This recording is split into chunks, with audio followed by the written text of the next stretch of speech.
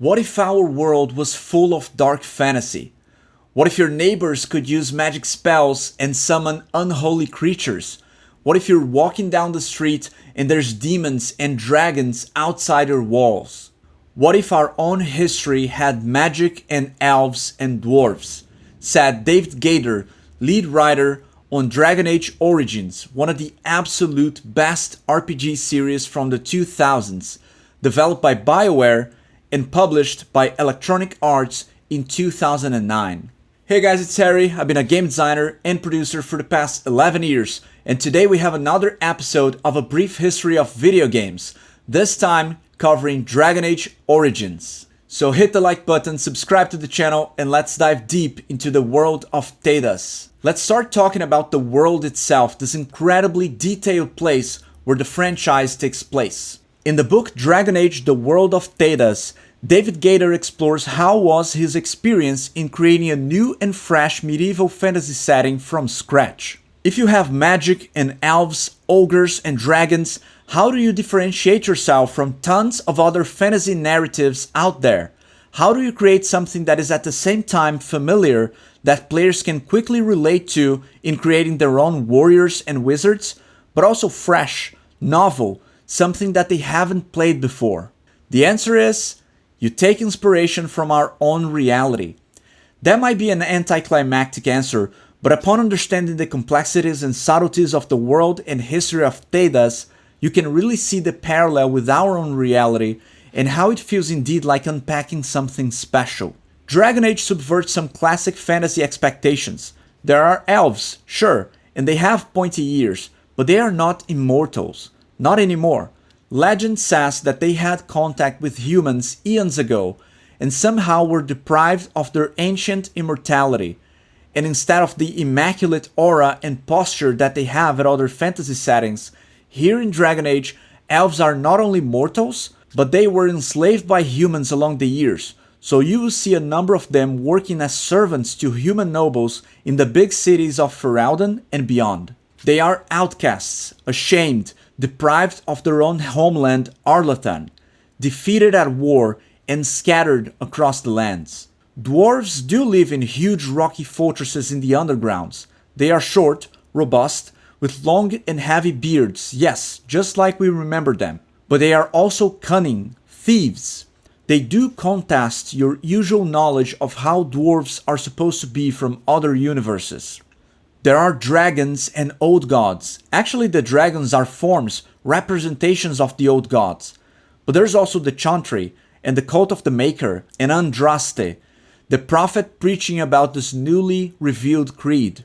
The Maker is the only god worshipped by the faithful, instead of the many from the ancient times. And there's always conflict between the new believers and those who prefer the protection of the old ancients. You can clearly see the parallel with our own world and religions.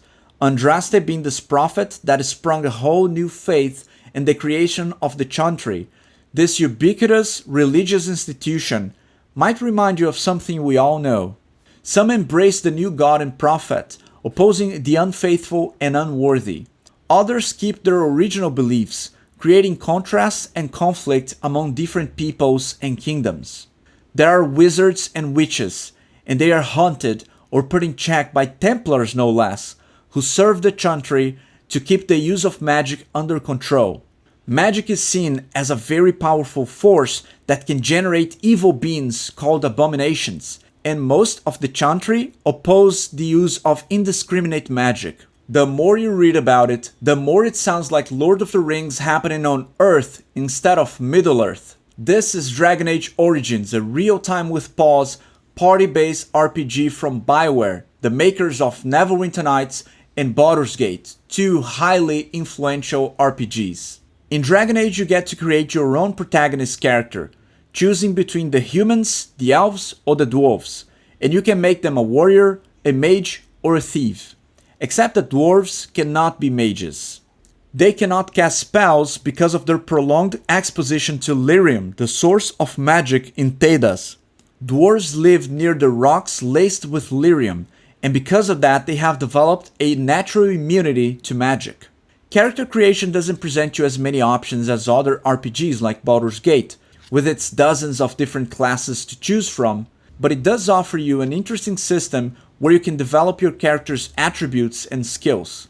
It is clearly an attempt to bring depth to the system without overwhelming players with endless possibilities. In the words of the developers, they were trying to modernize RPGs at the time. It does inherit, however, the real-time with pause combat system of older BioWare games, which results in a very interesting tactical combat in Dragon Age Origins. We'll talk more about combat in a minute. There's a lot more world development in Dragon Age than you get to actually interact with. Even if you try to 100% the game, you might first see that as wasted effort, but that makes the world so much richer. You can feel there's much more than what's actually shown in the game. It makes you curious to explore Thedas even outside the game through books, videos, and online forums. And to me, that's one of the best parts of any RPG, believing in that world.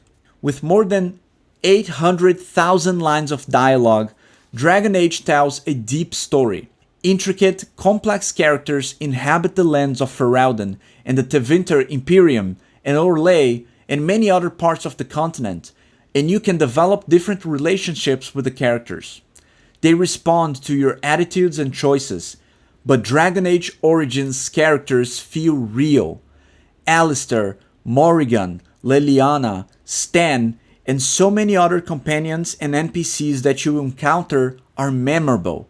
When playing the game, it's hard to choose just 3 companions, because unlike other RPGs that allow you to keep 6 characters in your party, Dragon Age Origins' limit is 4. Like very few games before it, Dragon Age allows you to really immerse yourself in the multicultural landscape it presents. The team at BioWare went deep to create a believable world and people. They did not only design castles and monsters, they created full languages for different races and a full timeline of battles, conflicts, and important events, and even different ages in history, from the very first ones registered, the Divine and the Glory Ages, to the one that the characters currently live in, the Dragon Age, hence the name of the game. Dragon Age's world is dark, and magic is dangerous. Mages need to be controlled, otherwise they can wreak havoc through the Fade, the spiritual plane of existence believed to be home to the old gods. They can return, as many times they have, in the form of a blight, and bring about the Darkspawn, evil, twisted creatures that seek to devour everything in their way. They are the major conflict in Origins, led by a powerful archdemon, believed to be a corrupted manifestation of an old god in the form of a vicious and very cool dragon. It is the main quest of the player, recruited as a Grey Warden, a knight of an order of sacred warriors devoted to defeating the Darkspawn, the archdemon, and ending the blight. If we compare it to the quintessential fantasy world of the Lord of the Rings, the Middle-earth is brighter and more hopeful, corrupted mostly by the acts and influence of Sauron and Morgoth before him. But in Thedas, the continent is corrupt. Elves are enslaved, dwarves of Ozama are untrustful of the surface folks. The Kunari, a mysterious horned race faithful to the teachings of the Kun, despise those who do not follow their creed and convert others by force. Even the Grey Wardens, which initially can be thought of as kind of paladins who fight to cleanse the world from the Darkspawn, are not your usual heroes. The brutal initiation ritual to become a Grey Warden includes drinking the blood of the Darkspawn, a process which kills most who try, and those who refuse to participate in it will be sentenced to die, as we learn early on in the game. Because of the old treaties that the different kingdoms signed with the Grey Wardens, people from all parts of the world can be compulsively summoned to become Grey Wardens themselves, not unlike the military recruitment system in most countries we have in reality. So the world is not comfortable, races are not on good terms with one another, mages need to be controlled by the Chantry, and there's always the rageful danger of a new blight. That's some dark and unsettling place right there. And you can see it in the art direction and color palette. It's full of browns and grays and muddy greens, instead of the usual bright and vibrant colors that you would expect from something like Warcraft or even Lord of the Rings. No, Dragon Age plainly displays the tough and many times hopeless landscape that you have to traverse to fulfill your quest. Real time with pause in Dragon Age Origins definitely feels like a step forward from older systems like in Baldur's Gate. Even though combat in Baldur's Gate works remarkably well if you get used to the mechanics, in Dragon Age it feels more tactical. You can get your thief behind the enemies to flank them and get bonus damage from behind. You can position your party at choke points, allowing your tanky knights to protect your mages behind them. And warriors don't only deal some damage and take a punch at the front lines, but they also have invaluable sword and shield abilities that can stun your opponents and stop aggression, which is a very useful addition to the rules. In early games like Baldur's Gate, those kind of effects were mostly achieved with mage and priest spells, making your warriors much less versatile overall. You would have to dual class them to get those kind of abilities. A similar system of warrior abilities was also used by Obsidian Entertainment in their incredible Pillars of Eternity game in 2015, another one of my favorites. Nowadays, most RPGs will favor turn-based combat, but I'll stand by the real-time with pause mechanics because I think they allow for a very strategic combat while also preserving a little bit more of the thrill of battle. You can command your units to position themselves strategically and then watch them as they demolish the opponents, which is very satisfying. Dragon Age Origins was also developed with consoles in mind, so the game has very intuitive gamepad controls, and if you want to focus on your main character, the game has a system of combat tact slots that pretty much helps you add layers to the AI behavior so they can be more autonomous and you don't have to pause the game every half a second to give new instructions to your companions. Even though that's exactly what I do, I will pause the game every half a second. What can I say? I'm a control freak. Oh boy, and the finishing moves. That was an incredible touch and pretty rare in games at the time. Every now and then, your character will perform a killing blow with a special cinematic animation, chopping off enemies' heads or piercing their blades through the hearts of the Darkspawn, or even mounting on bulky creatures like the iconic ogre to land the merciless death blow. The first ogre battle atop the tower and the finishing strike when killing it was definitely a highlight in my gaming life. I remembered that moment for so many years after. So epic. It is very cool when developers think of details like that are not the standard of the genre at a given time, but they put in the effort nonetheless and make something otherwise trivial become crucial for the game's experience. That is many times what separates long-lasting games that you remember for life from others that quickly fall into oblivion without making any sort of impact.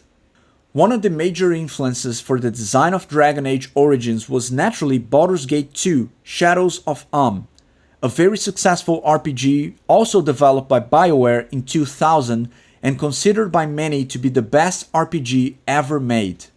The real-time with pause mechanic, the party-based composition, character creation, class skills, and many other elements follow the standards established not only by Baldur's Gate, but also from the general rules in Dungeons & Dragons.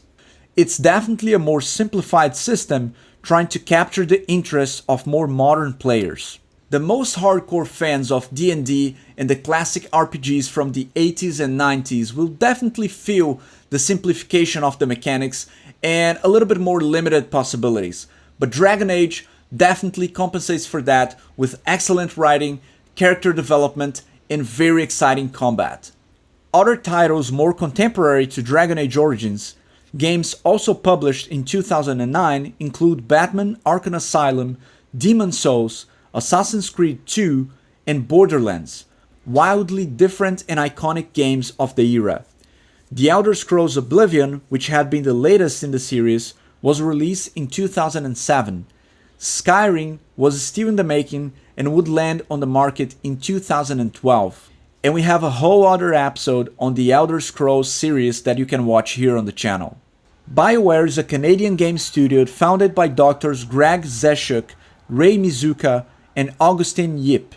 Yes, they have medical school background but also shared a passion for video games, a passion that would go on to create one of the most successful RPG companies in history. Ray and Greg started programming medical education software for the University of Alberta's Faculty of Medicine in 1994 during their residency in family medicine. After creating different medical software, they decided to give a whole different route to their careers, gathered some talented programmers and artists, and founded BioWare Corp on February 1st, 1995. Their first game was Shattered Steel, a mech simulation game published by Interplay in 1996 for the MS-DOS. Since 1995, BioWare has created some of the world's most acclaimed video games of all time, including Baldur's Gate, Neverwinter Nights, Star Wars Knights of the Old Republic, Jade Empire, Mass Effect, and Dragon Age. What a portfolio, my god, I'm not envious at all, why would I be? And in 2008, BioWare was acquired by Electronic Arts. BioWare is definitely one of my favorite studios. Not only Dragon Age and Mass Effect were deeply influential games to me, but recently I've been rediscovering some old classics like Baldur's Gate, and now I can enjoy them in a way that I simply couldn't in my teams. I couldn't absorb all of the lore and the mechanics and the depth that the games presented. In recent years, the studio has suffered with layoffs and restructuring, and it's supposedly operating at a much smaller scale, maybe even less than 100 people, which is quite low for the big AAA standards. Dragon Age Origins is one of the RPGs that I remember most fondly. The memorable and highly charismatic characters, the epic plotline, and the strategic combat system always gave me something to strive for when playing the game. I wanted to know the characters better, maybe develop a romance with some of them, and continue to slay ogres and dragons. I love when games give me a realistic opportunity to slay gigantic enemies without feeling cheap. Your efforts are rewarded.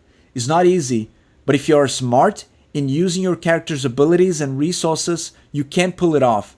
And seeing that last cinematic killing blow is a reward in and of itself. Unfortunately, BioWare is not as strong today as it was back in the day. Many people do associate the acquisition by Electronic Arts with weakening the production quality of later games. Sadly, Anthem was a title that pretty much cemented BioWare's demise, and their most recent Dragon Age Veilguard was not exactly well received. We can address that in another video. But BioWare will always have a definitive relevance in games history, and they are without a doubt some of the finest in the craft. I eagerly await the return of the golden days of the studio. There's so many more RPGs that these guys can create, and I hope that we can see more from them pretty soon. That's it guys, hope you enjoyed the video. If so, leave a like and a comment telling me what's your favorite BioWare title. Mass Effect, Star Wars, so many possibilities, incredibly hard to choose. Alright, take care, and I'll catch you guys next time.